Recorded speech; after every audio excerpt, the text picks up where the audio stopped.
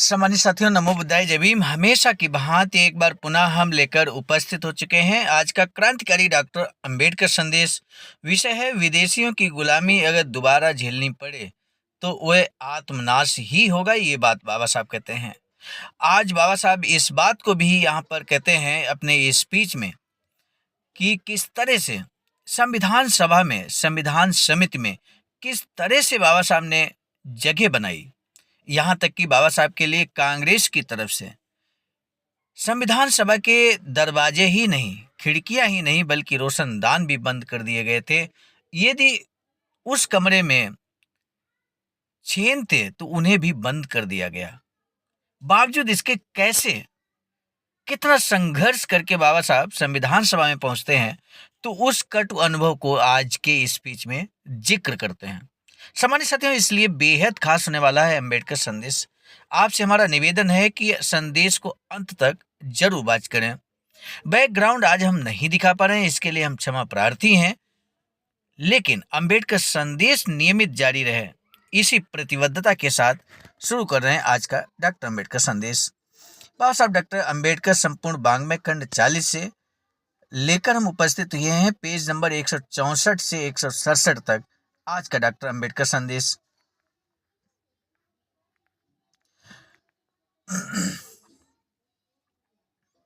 1 जनवरी 1950 के दिन एक सभा बुलाई गई थी Akhil Bharatiya schedule caste federation की।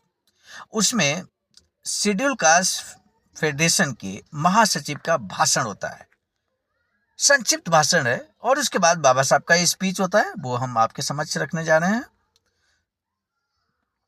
महासचिव कहते हैं, मुंबई शहर और उपनगर शेड्यूल कास्ट फेडरेशन के महासचिव आयुष्मान जी भातनकर के संक्षिप्त भाषण की शुरुआत में उन्होंने क्या कुछ कहा, हम आपको बताते हैं। कहते हैं, डॉक्टर बाबा साहब अम्बेडकर का हम सभी दलित भाई बहनों को दर्शन का सुअवसर मिले, ऐसी हम सबकी बहुत दिनों से इच्छा थी। हालांकि डॉक्टर साहब के कई जरूरी काम लगे रहते हैं, इसलिए आज तक ये संयोग साकार नहीं हो पाया था। संविधान निर्माण का काम निश्चित तौर पर गर्व महसूस करने योग्य था। उनका स्वागत के अवसर के कारण ही आज हमें उनके दर्शन हो रहे हैं। इसके लिए हम उनके प्रति कृतज्ञ हैं, हमेशा कृतज्ञ रहेंगे।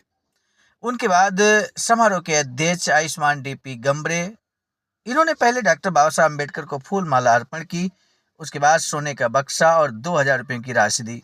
इस प्रसंग की तस्वीर लेने के लिए एक बार फिर फोटोग्राफरों में होड़ मच गई। सोने का बक्सा अर्पण करने का कार्यक्रम पूरा होने के बाद डॉक्टर बाबा साहब और माई साहब को कई संस्थाओं और व्यक्तियों की ओर से फूल मालाएं पहनाई गईं। मंच पर मालाएं पुष्पगुच्छों का ढेर लगा हुआ था।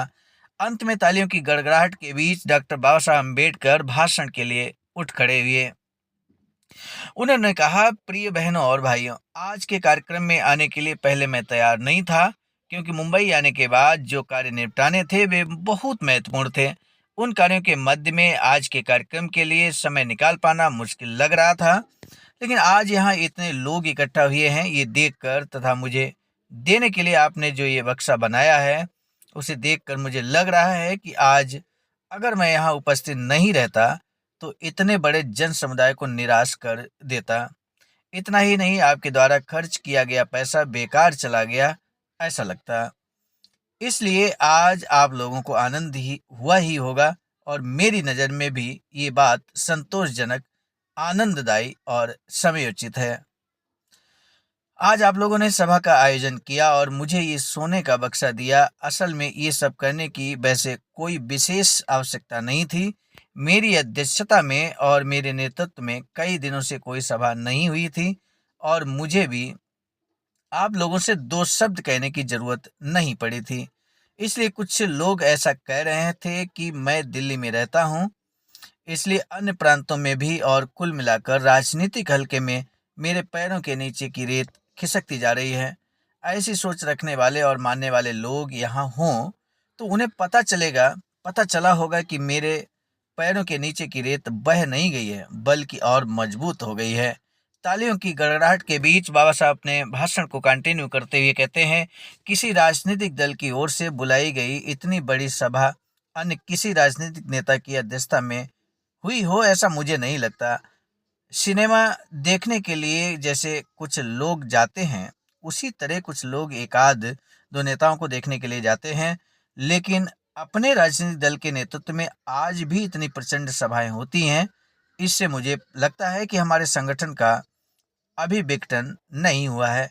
इसलिए मेरा अभिनंदन करने के लिए यहाँ जो लोग इकट्ठा हुए हैं, उन सभी महिलाओं और पुरुषों का तथा सभा के आयोजकों को मैं मन से धन्यवाद देता हूँ।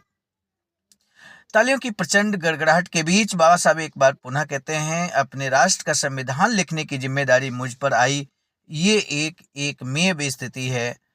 भारत का संविधान तैयार करने के लिए संविधान समिति बनाई गई, तब मेरी हालत क्या थी ये आप सभी को पता होगा ही। 1946-47 में हुए चुनावों में शेड्यूल कास्ट फेडरेशन की हार हुई थी। हालांकि इस पराजय के बारे में शर्म महसूस हो ऐसी कोई बात नहीं है, क्योंकि उन चुनावों के दौरान पूरा भारत एक तरफ था और हमारा दल दूसरी तरफ था। एक और प्रबल राजनीतिक संगठन था और दूसरी तरफ अल्पसंख्यक अस्पृश्य थे। उन्हें उस ताकतवर संगठन से लड़ाई लड़नी थी, अर्थात उस वक्त पराजय ही हमारा भविष्य था।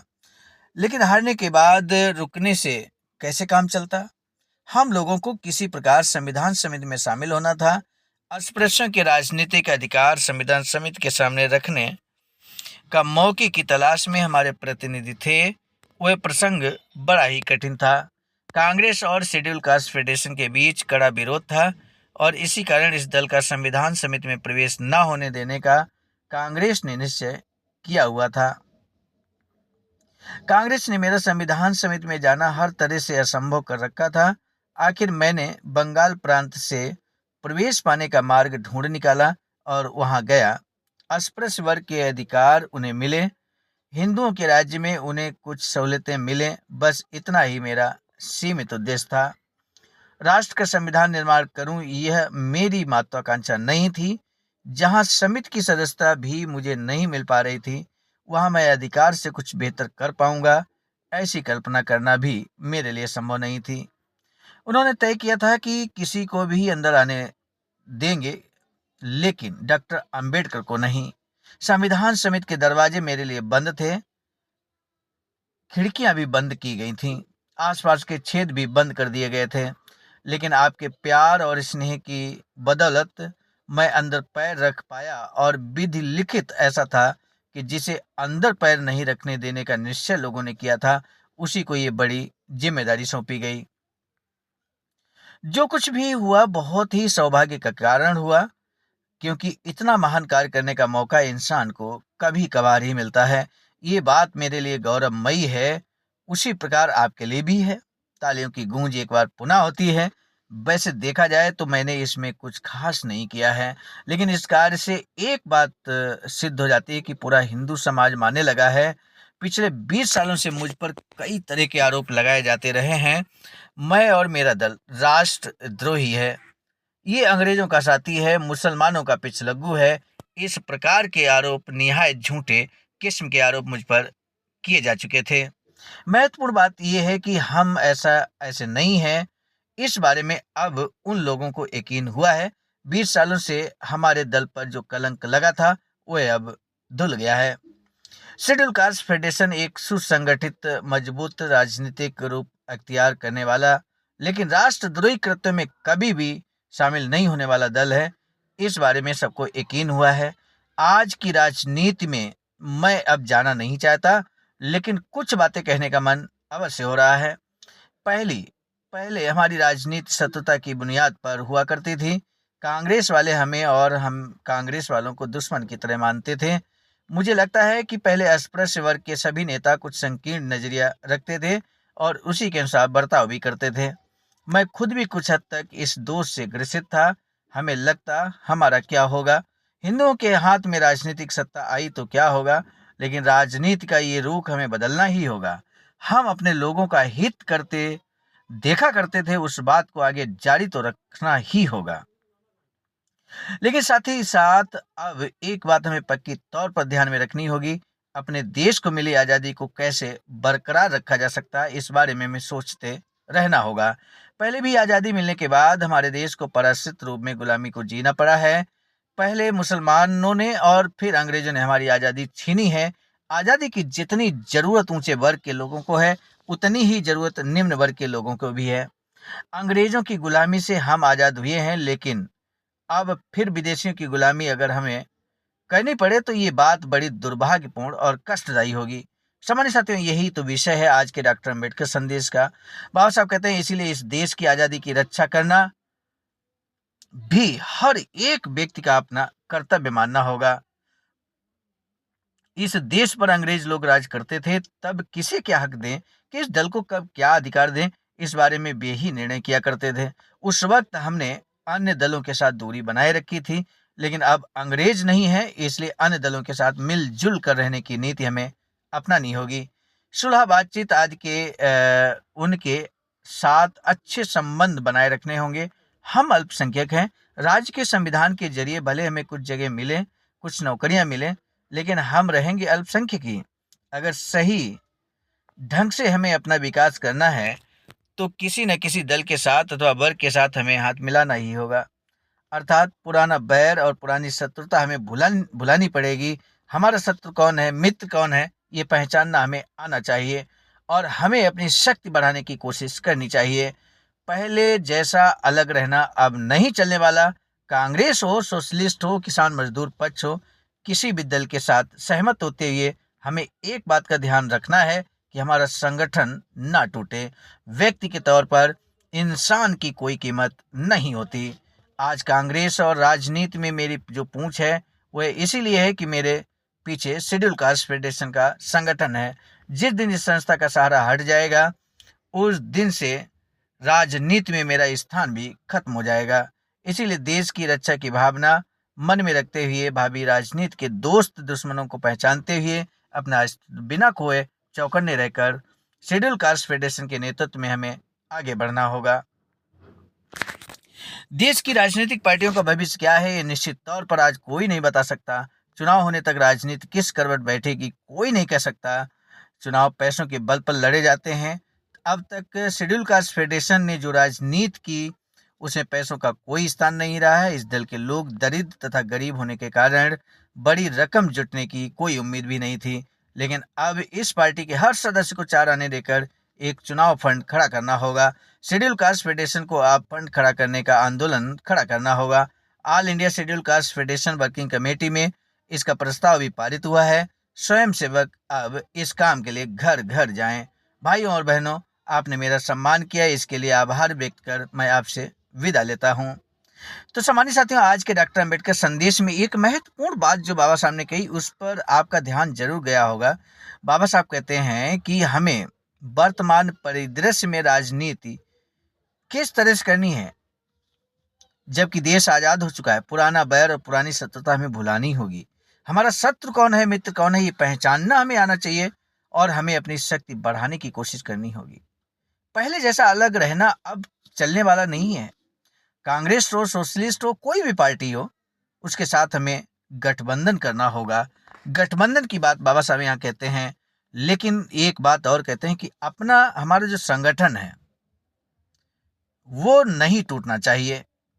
व्यक्ति के तौर पर इंसान की कोई कीमत नहीं है। कोई व्यक्ति अगर ये कह दे कि संगठन का क्या मतलब है, हम तो अकेले ही बीड़ा उठा लेंगे, आगे ही अकेले ही डॉक्टर अंबेडकर मिशन बढ़ाएंगे, तो मैं समझता हूँ ये बाबा साहब के बताए गए मार्ग के विपरीत वो बात कह रहे हैं। बाबा साहब बहुत स्पष्ट ढंग से कहते हैं, व्यक्ति के तौर पर इंसान की कोई कीमत नहीं है। संगठन में अगर आप काम करते हैं तो आपकी कीमत है, आपकी वैल्यू है।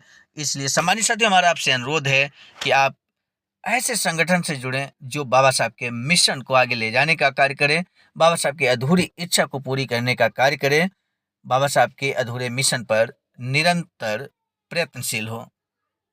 आज का डॉक्टर अम्बेडकर संदेश कैसा लगा जरूर बताइएगा। सम्मानित साथियों, आज का पहला प्रश्न, बोधिसत्व बाबा साहब डॉक्टर भीमराव अम्बेडकर ने संविधान सभा में शामिल होना क्यों चाहते थे? क्या उद्देश्य था बाबा साहब का?